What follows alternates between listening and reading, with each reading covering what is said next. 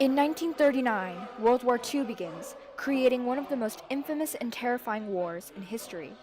Through their Lightning War, or Blitzkrieg, Nazi Germany spreads its control, taking European countries down, one by one.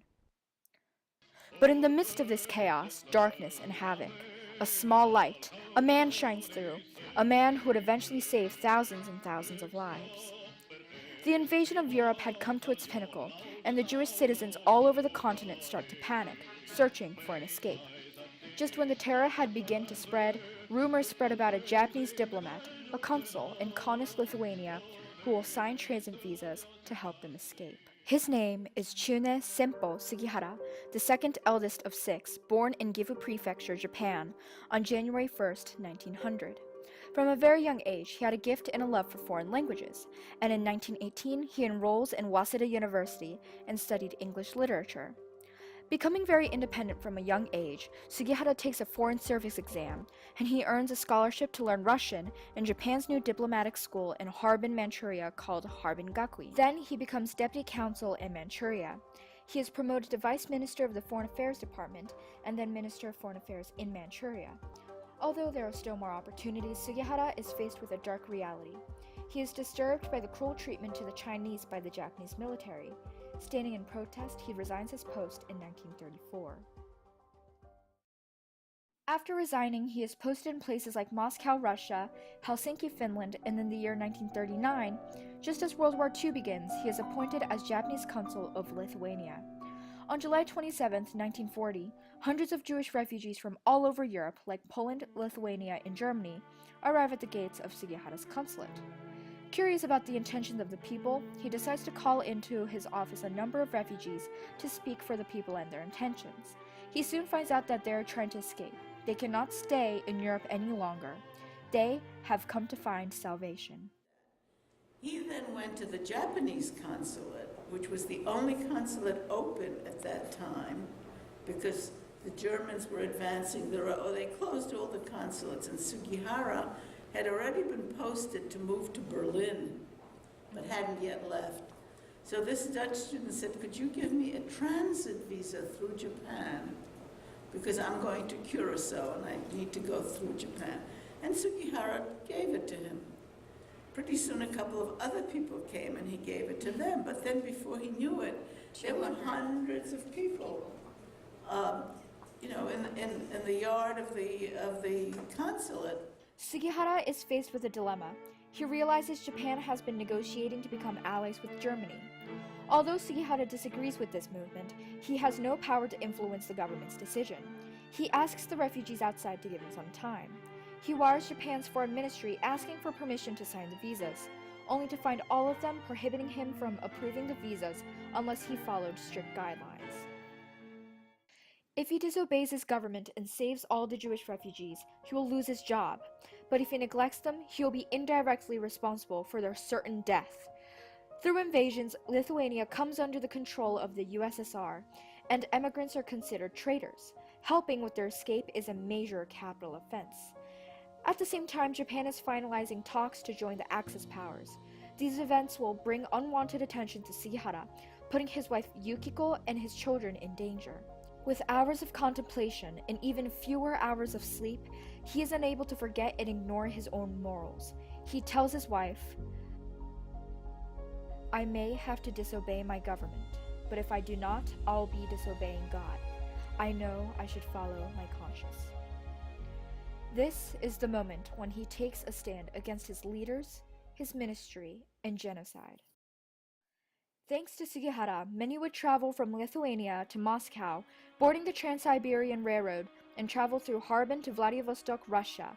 They will then board a ship called the Amakusamaru to Tsuruga Port in Fukui Prefecture, Japan. From there, the refugees will move on to places like Curacao, which did not require valid transit visas, then to places like Shanghai, America, and Australia. I remember there was a lot of fear because my parents were afraid. Children assume the emotions of their parents and of what's going on. Mm-hmm. So there was a lot of fear. And that, of course, was eased when we landed in Japan, because then we knew we were safe. Right. For a total of 29 days, from July 31st to August 28, 1940, Mr. and Mrs. Sugihara sit, hours upon hours signing visas by hand. With great diligence and bravery, they sign and stamp each one, bringing faith and hope to each of the refugees. But attracting attention from the government, Sugihara and his family are evicted from his consulate. Although evicted, he tells the refugees where he will stay the night, and he continues to sign visas there.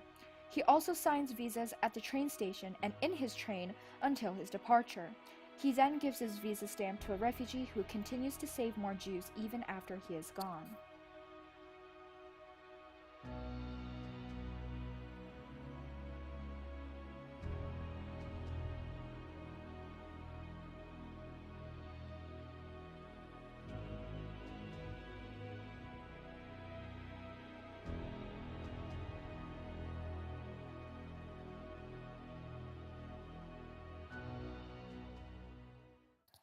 From Kaunas, Lithuania, Sugihara is sent to Berlin, Germany, and then Bucharest, Romania. At the same time, the USSR takes control of Romania and Germany surrenders as Sugihara becomes a prisoner of war along with his family, not to be released until 1945, over a year later. In total, with the help of his wife, Sugihara has handwritten 2,000 visas, saving 6,000 people in total. Despite his achievements, in the end, he loses his job, becomes financially unstable, and lives on the edge to support his family. After the war, Sugihara never talks about what he has done. He instead regrets that if he had made his decision earlier, he could have saved more refugees. While signing the visas, he used his nickname Simple, as it was easier to pronounce. Therefore, after the war, when the survivors search for him, he is nowhere to be found. It is not until the year 1969 that Sugihara is found by a man named Mr. Yoshua Nishiri.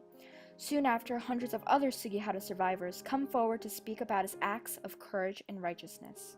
Thanks to so many survivors who petitioned the Yad Vashem, the National Holocaust Memorial in Israel, in 1985, a year before his death, Sugihara is awarded the highest honorary award and is recognized as righteous among nations. He is also recognized in Japan posthumously. זה היה בדיוק אותו דבר קורה לנו לולא סוגיהרה. ומה שאנחנו, זה שאנחנו חיים. גם הוא וגם אשתו היו אנשים מיוחדים במינם, אנשים שבלי שום אינטרס. Chuine Sugihara dies at the age of 86 on July 31st, 1986, and his wife Yukiko Sugihara at the age of 96 on October 8, 2008. Not only did Sugihara save 6,000 lives in 1940, he also made it possible for an estimated 100,000 descendants to be alive today. The Sugihara survivors would go on to save or touch many lives, some becoming doctors like Dr. Sylvia Smaller, politicians like Zorik Warhaftig, journalists like Masha Leon, executives like Leo Melamed, and authors like Sally Ganner, and many more. Chuine Sugihara took a stand not only against his government and orders. He followed his conscience and did what was right, ignoring immorality and propaganda of his time, despite the risks and consequences. Chuine Sugihara will always be remembered not only in history, but in the hearts and the memories of all those he impacted.